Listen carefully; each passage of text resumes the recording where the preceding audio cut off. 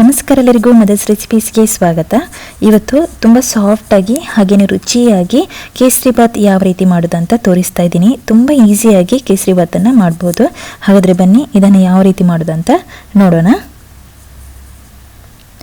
ಮೊದಲಿಗೆ ಸ್ಟವನ್ನು ಆನ್ ಮಾಡಿ ಅದರ ಮೇಲೆ ಒಂದು ಪ್ಯಾನ್ ಇಟ್ಟಿದ್ದೀನಿ.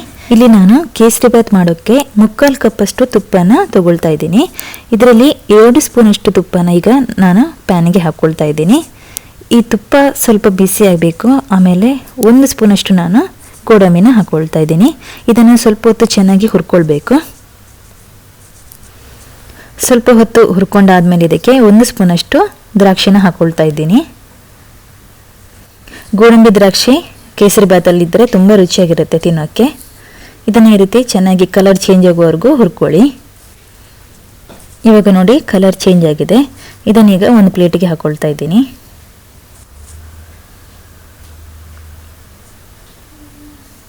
ಇನ್ನೊಂದು ಸ್ಟವ್ ಮೇಲೆ ನಾನು 3 ಕಪ್ಪಷ್ಟು ನೀರನ್ನು ಕುದಿಸ್ಲಿಕ್ಕೆ ಇಟ್ಟಿದ್ದೀನಿ.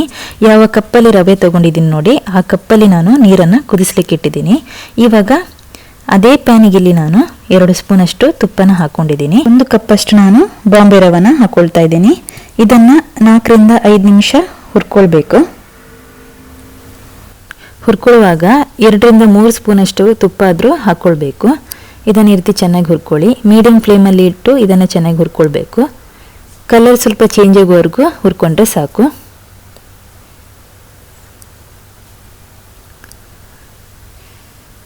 ನೋಡಿ ಇವಾಗ ಕಲರ್ ಚೇಂಜ್ ಆಗ್ತಾ ಬರ್ತಾ ಇದೆ.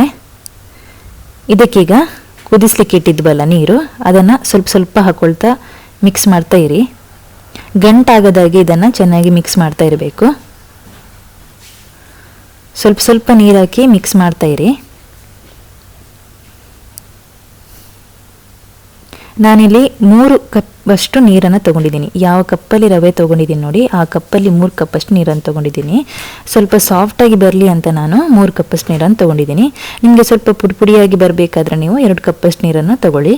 ಇದನ್ನು ಈಗ ಈ ರೀತಿ ಚೆನ್ನಾಗಿ ಮಿಕ್ಸ್ ಮಾಡ್ತಾ ಇರಬೇಕು. ಸ್ವಲ್ಪ ಗಟ್ಟಿಯಾಗಬೇಕು. ಗಟ್ಟಿಯಾಗ್ತಾ ಬಂದಾಗ 1/4 ಕಪ್ಪಷ್ಟು ಸಕ್ಕರೆನ ಹಾಕ್ಕೊಳ್ತಾ ಇದ್ದೀನಿ. ನಿಮಗೆ ಸ್ವೀಟ್ ಸ್ವಲ್ಪ ಕಡಿಮೆ ಬೇಕಾದರೆ ಸ್ವಲ್ಪ ಹಾಕ್ಕೊಳ್ಳಿ. ಜಾಸ್ತಿ ಸ್ವಲ್ಪ 1/4 ಕಪ್ಪಷ್ಟು ಹಾಕ್ಕೊಂಡಿದ್ದೀನಿ ಇಲ್ಲಿ ನಾನು. ಸ್ವಲ್ಪ ಸ್ವೀಟ್ ಹದ ಇರುತ್ತೆ, ತುಂಬ ರುಚಿಯಾಗಿರುತ್ತೆ. ಸ್ವೀಟ್ ಸ್ವಲ್ಪ ಜಾಸ್ತಿ ಇದ್ದರೆ ಕೇಸರಿಬಾತ್ ತಿನ್ನೋಕ್ಕೆ ತುಂಬ ರುಚಿಯಾಗಿರುತ್ತೆ. ಇದನ್ನು ಸಕ್ಕರೆ ಕರಗುವವರೆಗೂ ಚೆನ್ನಾಗಿ ಮಿಕ್ಸ್ ಮಾಡ್ತಾ ಇರಿ. ನೋಡಿ ಸ್ವಲ್ಪನೂ ಗಂಟಾಗಲಿಲ್ಲ. ಈ ರೀತಿ ಚೆನ್ನಾಗಿ ಮಿಕ್ಸ್ ಮಾಡ್ತಾ ಇರಬೇಕು. ಸಕ್ಕರೆ ಎಲ್ಲ ಚೆನ್ನಾಗಿ ನೀರಾಗಬೇಕು. ನೋಡಿ ಈ ರೀತಿ ನೀರಾಗಿದೆ ನೋಡಿ.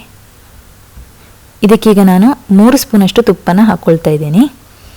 3/4 ಕಪ್ಪಲ್ಲಿ 3 ಸ್ಪೂನಷ್ಟು ತುಪ್ಪನ ಹಾಕ್ಕೊಳ್ತಾ ಇದ್ದೀನಿ.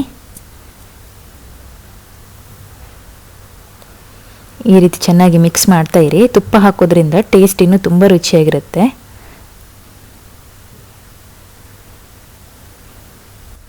ನೆಕ್ಸ್ಟ್ ಈಗ ಇಲ್ಲಿ ನಾನು ಸ್ವಲ್ಪ ಕೇಸರಿನ 5 ನಿಮಿಷ ಬಿಸಿ ನೀರಲ್ಲಿ ನೆನೆಸ್ಲಿಕ್ಕೆ ಇಟ್ಟಿದ್ದೆ. ಇದನ್ನು ಈಗ ಇದಕ್ಕೆ ಹಾಕೊಳ್ಳೋಣ. ನೀವು ಬೇಕಾದರೆ ಫುಡ್ ಕಲರ್ ಕೂಡ ಹಾಕ್ಕೊಳ್ಬೋದು.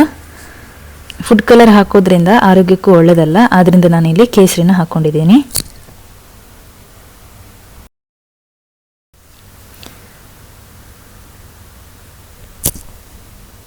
ಈ ರೀತಿ ಚೆನ್ನಾಗಿ ಮಿಕ್ಸ್ ಮಾಡ್ತಾ ಇರೋಣ.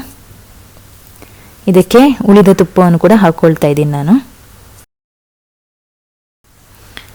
ತುಪ್ಪ ಎಲ್ಲದರಲ್ಲಿ ಚೆನ್ನಾಗಿ ಮಿಕ್ಸ್ ಆಗಬೇಕು ನೋಡಿ. ಸೈಡಲ್ಲಿ ಕೂಡ ಬಿಡ್ತಾ ಬರಬೇಕು. ಅಲ್ಲಿವರೆಗೂ ಇದನ್ನು ಚೆನ್ನಾಗಿ ಮಿಕ್ಸ್ ಮಾಡ್ತಾ ಇರಿ.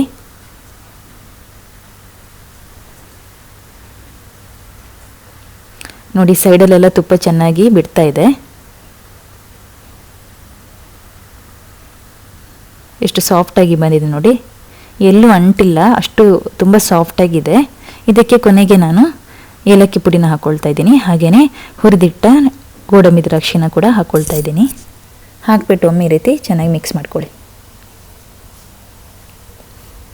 ಇವಾಗ ಕೇಸರಿಬಾತ್ ರೆಡಿಯಾಗಿದೆ. ತುಂಬ ರುಚಿಯಾಗಿ ಹಾಗೆಯೇ ಸಾಫ್ಟಾಗಿ ಬಂದಿದೆ.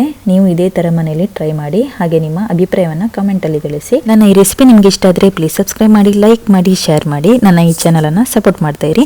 ಮುಂದಿನ ಮತ್ತೊಂದು ರೆಸಿಪಿಯೊಂದಿಗೆ ಮತ್ತೆ ಬರ್ತೀನಿ. ಅಲ್ಲಿವರೆಗೂ ಧನ್ಯವಾದಗಳು.